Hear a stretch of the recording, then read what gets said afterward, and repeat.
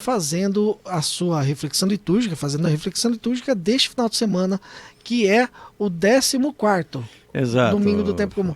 Dom Luizinho, 14º, mês de julho, olha só. A metade do ano já foi, foi. né? Barbaridade, esse ano está correndo, né? A gente nem vê o tempo passar, todo mundo preocupado com uma coisa, com outra, né? Dom Luizinho, eu vi uma coisa bem engraçada antes do senhor entrar no assunto mais sério, mas alguém falou assim, você acha que gastou dinheiro à toa? Imagina só quem comprou a agenda de 2020. Pois é, mas é verdade. Eu estava com vários compromissos aí, retiro aqui, retiro lá, no Nordeste, no Sul, no centro do Brasil. E olha, foi tudo cancelado. Olha só. Eu realmente precisava cancelar, não é? A gente certeza. tem de cuidar da saúde de todo mundo e tempo, nós vamos ter mais tempo depois, não é? Com certeza. Mas é isso, o tempo passou. Pois é, verdade. Tá bom, Fábio. Olha, vamos então comentar aqui, conversar melhor, não é? Sobre os textos da missa de amanhã, desse domingo, 14º do tempo comum. Temos realmente alguns trechos que nos tocam muito, muito mesmo. Eu vou pedir licença para vocês para começar a nossa conversa a partir do trecho do Evangelho de Mateus, que é lido amanhã, né? E hoje à noite também. Nós estamos lendo o Evangelho de Mateus nesse ano. É um evangelho muito bonito, é uma catequese muito bonita mesmo, para uma comunidade que era composta de cristãos, mas todos eles de origem judaica. Ou nós estamos já no capítulo 11, versículos de 25 a 30. Então Jesus começa a conversar com o Pai do céu. Jesus disse, eu te louvo, ó Pai, Senhor do céu e da terra, porque escondestes essas coisas aos sábios e entendidos e as revelaste aos pequeninos. Sim, Pai, porque foi do teu agrado. É bonito esse trecho aqui. E a gente começa a perguntar, Jesus diz então que Deus revelou aquelas coisas que ele estava pregando para os pequeninos e escondeu dos sábios. Por que será que Jesus está dizendo essas coisas, né? Se você procura ler antes desse trecho aqui, você vai ver duas coisas. Primeiramente, João Batista. João Batista, que foi um profeta, reconhecido como profeta, mas os doutores da lei, os entendidos, portanto, os sábios daquela época, diziam que João Batista, ele jejuava porque estava tomado do diabo, né? Quer dizer, não reconheciam em João Batista um homem de Deus, um profeta. Depois, Jesus fala sobre as cidades que rodeavam lá a região dele, né? As cidades que estavam ali em volta do lago de Genezaré, que não aceitaram também, se recusaram a receber justamente a mensagem de Jesus, que era a revelação de Deus. E essas cidades e esse pessoal, aí, os entendidos, né, se colocavam num ponto alto, olhando de lá para baixo. E o povo simples, ia atrás de Jesus. Se encantava com as palavras que Jesus dizia. Isso é interessante. Então, Jesus tem essa experiência realmente na vida dele, né? Nessa vida de pregação. Que quem aceitava realmente a proposta de Deus eram as pessoas mais simples. Era o povo, não eram os sábios, aqueles que dominavam a Bíblia de começo a fim, de fim a começo. Agora, Jesus depois vai dizer o que esse pessoal simples aceitou e os sábios, os entendidos de Bíblia e tudo mais, não aceitaram. Então ele vai dizer assim, tudo me foi entregue por meu Pai, e ninguém conhece o Filho senão o Pai, e ninguém conhece o Pai senão o Filho, e aquele a quem o Filho quiser revelar. Então aqui Jesus veio falar o que para nós? Quem é o Pai? Quem é Deus? Isso aqui é muito interessante e muito importante também. Quem é Deus?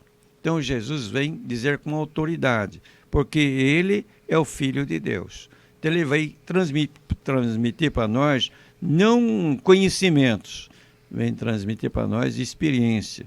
Isso que é o mais importante realmente na nossa vida.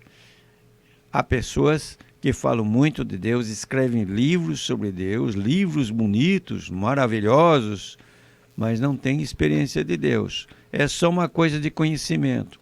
Vale isso? Pouco. O que vale é realmente a experiência de Deus. E a experiência de Deus exige de nós o quê? Humildade.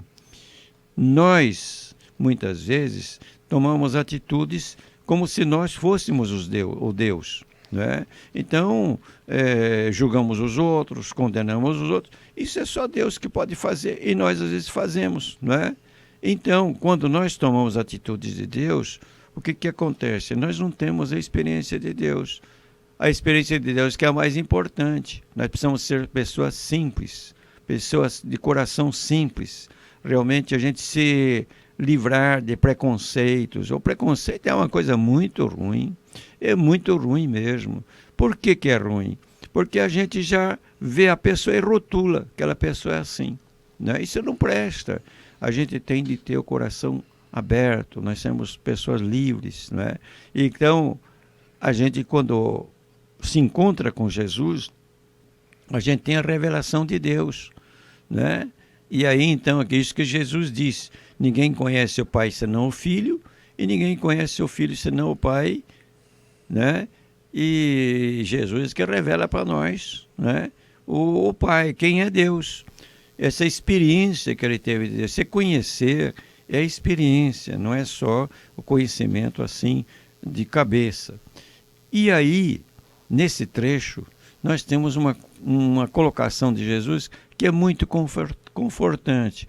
Quer dizer, quem tem a experiência de Deus que Jesus trouxe para nós, vai encontrar o quê? Vai encontrar a paz, vai encontrar forças para enfrentar a vida. E é por isso que ele diz assim, olha, o que está escrito aqui, vinde a mim, todos vós que estáis cansados e fatigados sob o peso dos vossos fardos, e eu vos darei descanso. Quer dizer, a gente vai encontrar realmente as respostas para a nossa vida. Em quem? Em quê? Existe uma coisa interessante, viu, Fábio, viu, Érica? E você que está me ouvindo também, não é? Que é o seguinte, olha, você olha uma planta, você coloca na sua sala, por exemplo, um vaso de uma planta. Você começa a reparar, a planta começa a entortar para o lado da janela. Está procurando luz. A planta precisa de luz, porque é a luz que faz normalmente ela se desenvolver e ter a cor necessária. Então isso se chama fototropia. A planta ela vai entortando para o lado da luz, procura a luz. A gente poderia dizer assim, nós somos como a planta, nós procuramos a luz que é Deus. Então aí seria a teotropia, né? Buscamos Deus na nossa vida. E isso é um fato. Olha, você veja, pessoa que está, por exemplo, se drogando. O que essa pessoa está procurando na vida? Ser feliz. Só que errou o objeto onde encontrar a felicidade. A pessoa que faz alguma coisa aí muito errada, o que está procurando? Ser feliz. Né? Mesmo quando está fazendo maldade, quer ser feliz. Errou onde encontrar a felicidade. Né? Eu me lembro muito daquele poema, daquela poesia de Vicente de Carvalho, né? Que a felicidade é uma coisa que existe na vida da gente, só que a gente procura onde não está. Né? E isso acontece realmente. Quer dizer, alguém está procurando Deus. Alguém está se drogando, está procurando Deus. Alguém está se enchendo a cara de bebida, está procurando Deus. Só que foi buscar Deus onde não é Deus, pôs uma criatura, uma coisa no lugar de Deus. Então você quer realmente encontrar respostas para a sua vida, coração, tudo mais. Olha, Deus é a resposta. E é isso que Jesus disse para nós. Vinde a mim todos vós que estáis cansados e fatigados sob o peso dos vossos fardos, e eu vos darei descanso. é em Deus, a nossa fé. Essa fé que não é só dizer eu creio, é muito mais, é aceitar realmente o Cristo na vida da gente, Jesus que entra na nossa vida. E aí Jesus vai dizer assim, tomai sobre vós o meu jugo. O jugo. O que é o jugo? O jugo era aquele... Hoje nós estamos numa sociedade que a gente não conhece mais os animais praticamente, né? Mas o jugo era aquele que se colocava em volta do pescoço de um animal. Por exemplo, ele não fugir, não furar a cerca, né? Ou então quando ia ser puxado pelo carro de carroça ou carro de boi, né? Então você colocava o jugo sobre o pescoço do animal. Então aquele povo tinha um jugo na época de Jesus.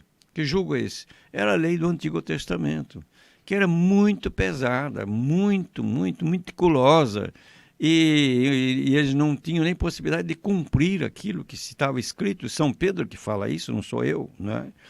Quando houve lá aquele debate se os pagãos, quando iam ser cristãos, precisavam aceitar todo o judaísmo, não é?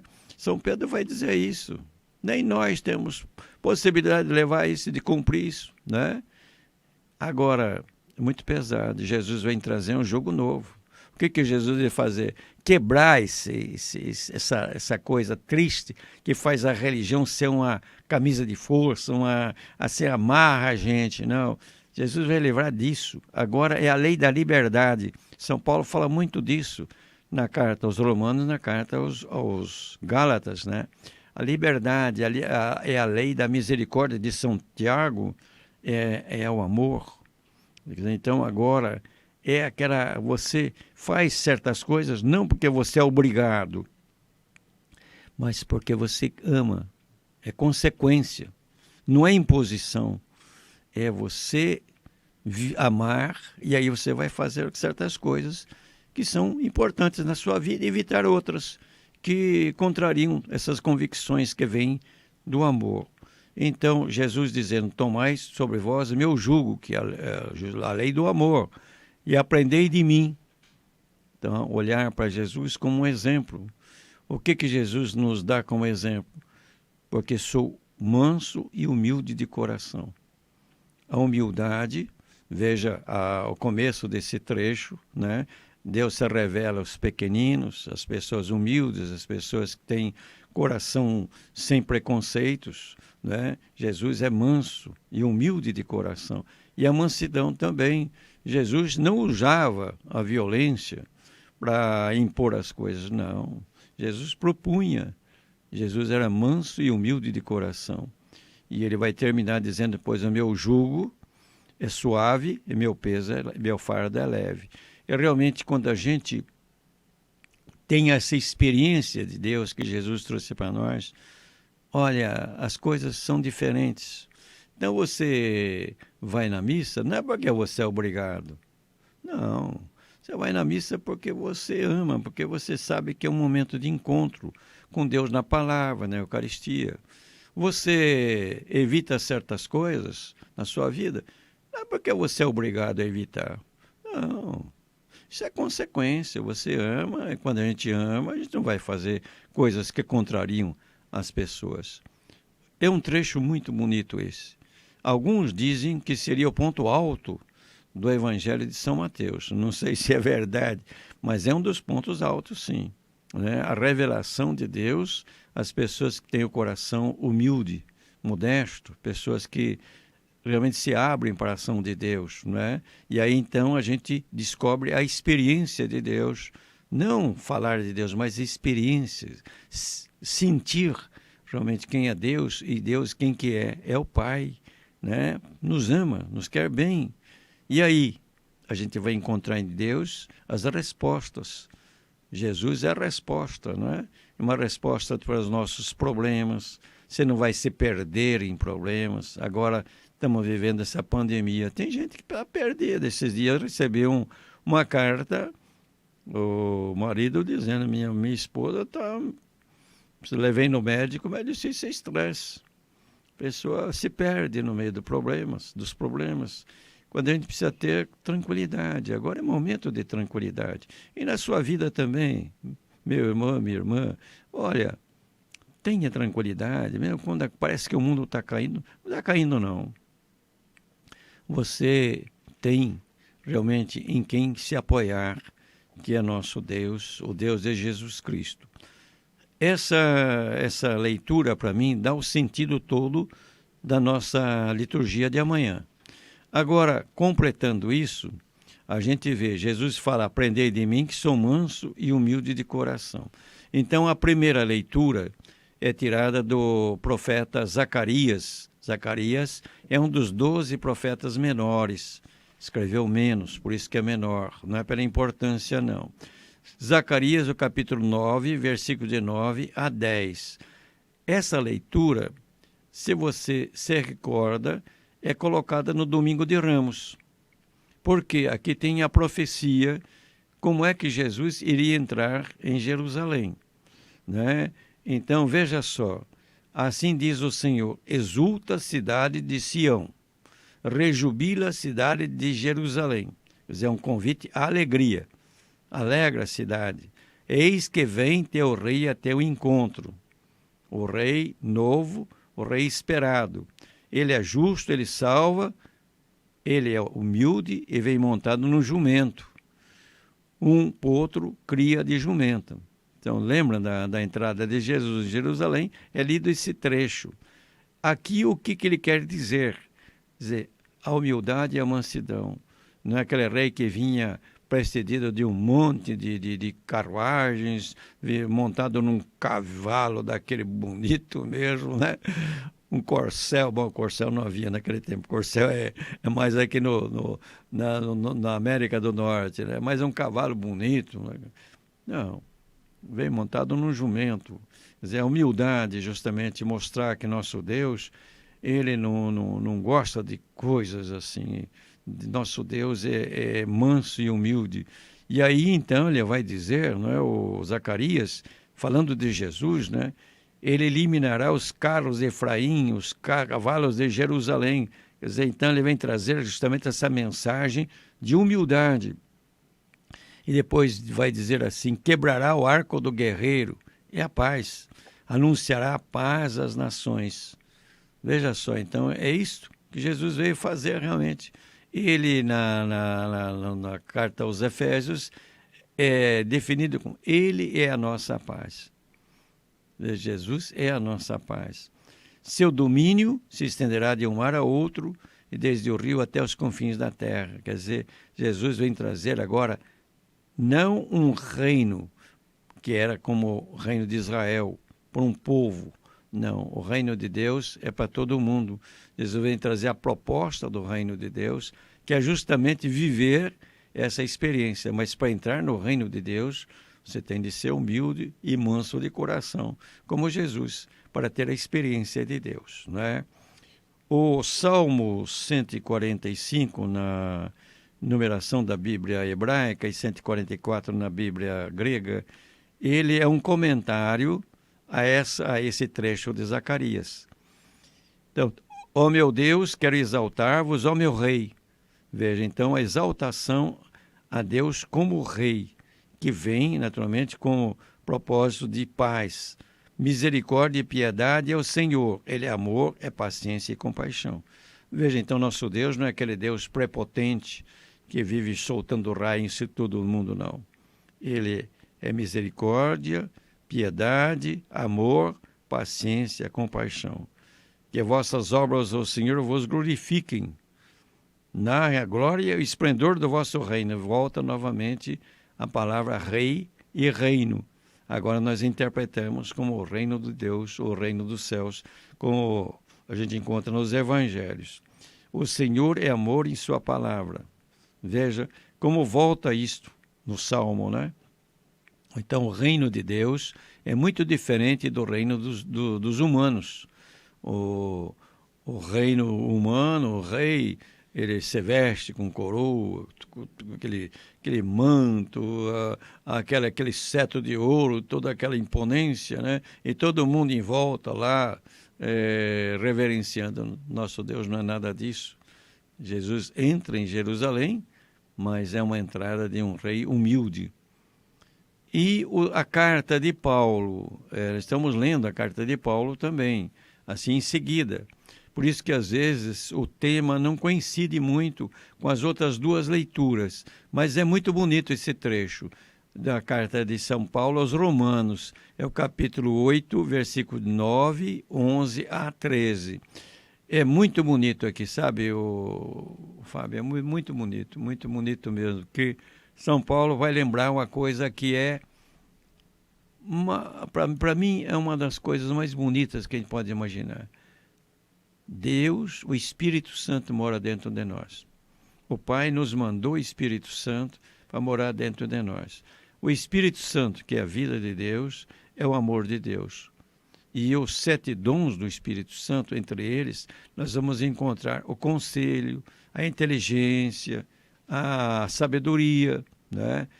A piedade, né? São dons muito bonitos. Então, o que o São Paulo diz? Olha, vocês têm o Espírito Santo que mora dentro de vocês. Então, vocês têm de agir de acordo com o Espírito Santo que está dentro de vocês, não segundo a carne, como ele diz. Ele faz a diferença. Seguir segundo a carne, o que é? A gente proceder por caminhos que não são de Deus. E segundo o Espírito, é viver o que Deus quer de nós. Então, a gente ser dócil ao Espírito Santo que está dentro de nós, não é? E depois ele vai dizer o seguinte, o Espírito Santo, vamos corrigir melhor essa frase, Pai ressuscitou Jesus mandando o Espírito Santo. O Espírito Santo, você lembre, o que é o Espírito Santo? É a vida. Então, vamos dizer, Cristo morreu na cruz, foi sepultado. O Espírito Santo é a vida de Deus que entra no corpo morto de Jesus e faz com que ele seja vivo, agora uma vida gloriosa. Portanto, o Espírito Santo enviado, a vida que Deus manda no corpo morto de Jesus para ele ser ressuscitado. Veja, portanto, a ação do Espírito Santo, que é muito importante e às vezes a gente não pensa muito nisso, não. Agora, o que acontece? São Paulo diz o seguinte, né? Se o Espírito Santo daquele que ressuscitou Jesus dentre os mortos mora em vós, então aquele que ressuscitou Jesus dentre os mortos dará vida também a vossos corpos mortais por meio do seu Espírito que mora em vós. Quer dizer, nós temos o Espírito Santo, está dentro de nós. Então, se a gente for dócil ao Espírito Santo, viver o caminho de Deus, o Espírito Santo vai nos ressuscitar também, como ressuscitou Jesus, porque é a vida de Deus que é dentro de nós. Agora, se a gente não viver isso, infelizmente a coisa será ruim, né? Se pelo Espírito, ele diz, se viver segundo a carne, morrereis. Mas se pelo Espírito matardes o procedimento carnal, então vivereis. É bonito isto, né? E outra coisa que é bonita também, lembrando que o Espírito Santo está dentro de nós, é ele que nos faz ter a experiência de Deus. Quer dizer, Jesus trouxe a experiência de Deus para nós, revelou para nós, morreu por nós, mostrando o amor de Deus por nós, mas é o Espírito Santo que nos faz realmente ter a experiência de Deus, que é a coisa mais importante. Então, nós devemos fazer o quê? Voltando ao sentido da missa de hoje, ou de amanhã, não é? Deus se revela a quem tem o coração humilde, os pequeninos. Então, você se coloca diante de Deus assim como uma pessoa despojada. Aí Deus se torna experiência na sua vida. E o que você vai experimentar graças ao Espírito Santo que está dentro de você? Você vai ter a experiência de Deus como Pai, de Jesus como irmão. Então, o que aconteceu a Jesus vai acontecer para nós. Nós vamos ressuscitar, nós somos muito amados pelo Pai, né? E nós somos herdeiros de Deus. E isso traz para nós o quê? A paz. Então, a gente procura a paz, olhar o mundo Com a experiência de Deus, a gente percebe as coisas nos devidos lugares. Deus é a resposta para os nossos anseios, para os nossos desejos. Lembra daquela comparação da planta que procura a luz, nós que procuramos a felicidade. E a felicidade o que é? É a busca de Deus. Quando nós realmente temos a experiência de Deus, aí então nosso coração sossega e nós temos a alegria de viver com mais tranquilidade. Certo? Então é o sentido da missa de amanhã. Bonito, eu acho que é bonito isso daqui. Muito bonito esse ensinamento que nós temos amanhã. Que vamos viver lindo, isso, que é o mais importante, né? Não é só saber, mas procurar viver. Esse trecho, ele sempre me traz assim, uma emoção um pouco maior. Porque desde bastante tempo atrás, ainda antes de ter uma vida dentro da igreja, assim, realmente como um católico praticante, como se diz hoje, né, Dom Luizinho? Mas eu li a Bíblia e eu adotei esse trecho como um lema da minha vida. Há bastante tempo atrás. E agora, depois, né, do ministério, né? Então, nós fomos instruídos também a tomar um trecho da Bíblia como lema do ministério. E eu não tinha outro, né? Era desde sempre o lema da minha vida. E esse trecho sempre me toca de uma forma muito profunda, né? Vinde a mim todos vós que estáis cansados e fatigados com o peso do vosso fardo. Como é leve, só de ler só de ler esse trecho parece que a vida fica mais tranquila, parece que tudo flui, parece que dá uma sensação assim de respirar leve novamente. Então, de fato, é um trecho. O senhor estava dizendo que é o que muitos dizem que é o ponto alto do Evangelho de Mateus. Isso eu nunca tinha escutado falar, não. E olha só, e de fato, para mim. Essa revelação de Deus aos pequeninos, e quem se encontra com Deus na experiência de Jesus vai encontrar o descanso para suas fadigas, os seus problemas. É bonito isso. Bonito. O Santo Agostinho. Ele teve uma vida muito, muito complicada, acho que vocês conhecem, o Fábio conhece. Sim. Ele foi educado pela mãe, que era cristã, mas o pai era pagão, então não foi batizado quando era criança. E muito inteligente, foi estudar fora da cidade dele, pegou caminhos errados e se afastou realmente dos ensinamentos da mãe. E aí então ele começou a procurar. E ele foi procurar, havia uma religião que chamava maniqueísmo, né, naquela época. Foi ser maniqueu muito tempo. Depois foi atrás da astrologia, né? Depois foi atrás dos filósofos romanos que havia naquela época. Enfim, ele se encontrou novamente na igreja, né? Ele foi numa missa, pregação de Santo Ambrósio, que era o bispo da cidade de Milão. Ele se impressionou, mas ainda não tinha mudado, não. Até que um dia Deus tocou e ele então se batizou e viveu realmente profundamente a religião. Depois ele foi também padre, depois foi bispo, né? E é um homem super inteligente. Os escritos dele são lidos até hoje. Ele morreu pelo ano 400 e pouco, né? Você vê quantos anos já que ele morreu e aí estão atuais os escritos dele. E ele escreveu um livro que é muito, muito bonito, por sinal, às vezes um pouquinho difícil de ler alguns trechos, mas muito interessante, não é? Sobre a vida dele. Ele conta tudo, né? Inclusive quando ele era adolescente, que ia roubar pera no sítio do vizinho lá, né? É interessante, né? E ele então conta depois da conversão, tem passagens interessantes, né? Por exemplo, ele viveu com uma mulher, foi mulherengo uma época, né?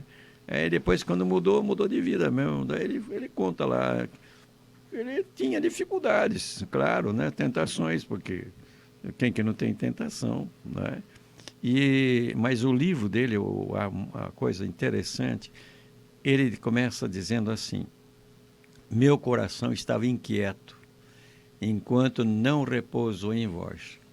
Quer dizer, quando ele se encontrou realmente com Deus, aí aquelas inquietações todas cessaram, porque Deus ele encontrou aquele que buscava, aquilo que nós falamos, né, da a teotropia, né? A busca de Deus, que é inconsciente, mas é alguma coisa que está muito dentro de nós, né? Eu acho que é uma coisa bonita, e é isso que Jesus disse, né? Vinde a mim. Deixa eu até ler como está escrito aqui para não inventar, né? Vinde a mim todos vós que estáis cansados e fatigados sob o peso dos vossos fardos, e eu vos darei o descanso. Bonito isso. É muito bonito. Bonito. É bonito e é reconfortante. É confortante. É uma palavra que dá o que eu escutei há muito tempo atrás e eu compreendo melhor agora, um refrigério. Né? A gente tá num período frio, né? Mas eu vou falar para você, experiência minha. Eu, nesses tempos aí, quando começou a pandemia, né? A gente ficava vendo televisão, ficando vendo essas coisas, e eu fui ficando meio agitado, sabe? E eu falei, não, tenho de me tranquilizar. Aí eu comecei a tirar mais tempo para fazer orações. E aí reencontrei novamente a serenidade, a gente vê as coisas no tamanho que são, né? E a gente vai encontrando paz. Realmente é isto. Quando a gente se encontra com Deus, a gente encontra isso que Jesus falou, o descanso, né? É a resposta. Que coisa maravilhosa. Dom Luizinho, veio mais umas 2 ou 3 perguntas para fazer, mas eu olhei para o relógio aqui. Tá passando, e nós não vamos poder alongar a nossa conversa, mesmo porque eu tenho certeza que o nosso ouvinte está esperando, aguardando aquele presente que o senhor nos traz todo sábado, que é aquela bênção. Então agora, Dom Luizinho, infelizmente, terminando o nosso papo maravilhoso, nós vamos ter que terminar de uma forma maravilhosa também, o senhor nos abençoando. Tem dúvida. Então, a bênção para você, para a Érica, todos vocês que estão ouvindo a gente e vendo também. Nosso Senhor Jesus Cristo esteja diante de vós para vos guiar. Amém. Atrás de vós para vos proteger. Amém. E aos vossos lados para vos acompanhar. Amém. Pela intercessão da bem-aventurada sempre Virgem Maria, Mãe de Jesus e nossa mãezinha querida, de São José e de todos os santos, desça sobre ti a bênção de Deus Todo-Poderoso, Pai, Filho e Espírito Santo, e esta bênção permaneça para sempre. Amém.